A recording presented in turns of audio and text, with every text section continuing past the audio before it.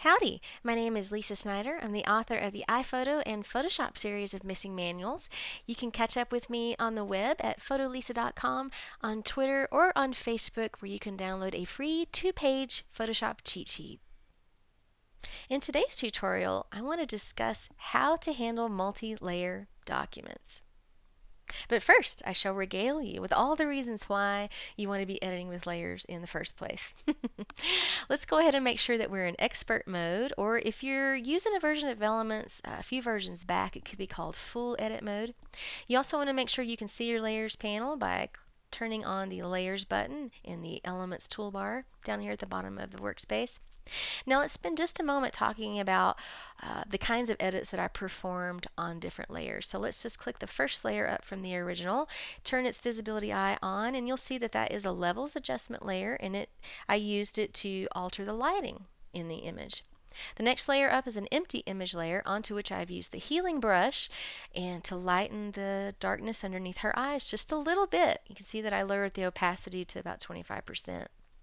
The next layer up is a brightness and contrast layer, which I've used to lighten the irises of her eyes. I've performed that technique by using a different blend mode for that particular layer, screen, which gives me an overall lightening that I hid from the areas that I did not want it visible with the layer mask that tagged along with that adjustment layer. And I also lowered the opacity of that layer to 75% to make it look more realistic. Finally, we've got a solid color fill layer here that I use to add a little digital lipstick. Oh yeah, I love doing that. Also change the blend mode and the opacity of that layer.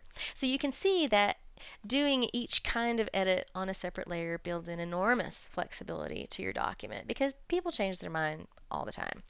But the challenge arises when you now want to use one of Element's tools that only functions on a single layer. Layer styles only function on single layers. Let's say you're ready to sharpen the image or you want to turn this into a painting. That's when the problem arises. When you've got a slew of layers, then you want to use Element's tools or commands that only function on a single layer. A lot of folks, to rise to that challenge, or to fix it rather, would simply trot up to the Layers panel flyout menu and choose either Merge Visible or Flatten Image. So let me show you what happens when you do that. Flatten Image. Great.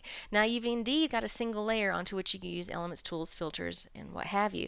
But what if your friend or your client says, hey, I really like that image, but can you brighten my eyes a little bit more? Can you change the color of lipstick?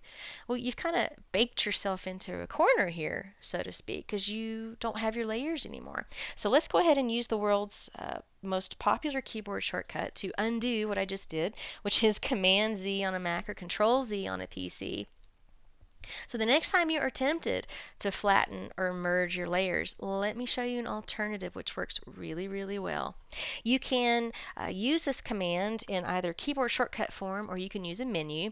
And the command we're after is called Stamp Visible. And what Elements is going to do is take all the content on the currently visible layers, all the layers that have their little eyeballs turned on, and it's going to merge that content onto a completely new layer. So that keeps all your other layers intact. So let's take a look at doing that with a keyboard shortcut, and that is Shift-Option-Command-E on a Mac or Shift-Alt-Ctrl-E on a PC, and you can remember E for eek. What an awful keyboard shortcut.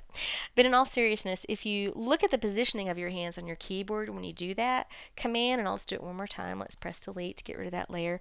Shift-Option-Command-E or Shift-Alt-Control-E.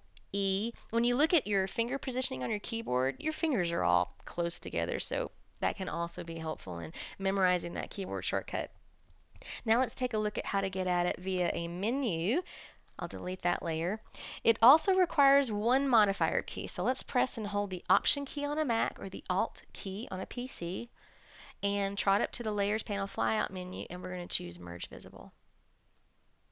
And that will create the merged layer on a whole new layer, separate layer rather. But if you forget to hold down that modifier key, then you're going to indeed merge all your content.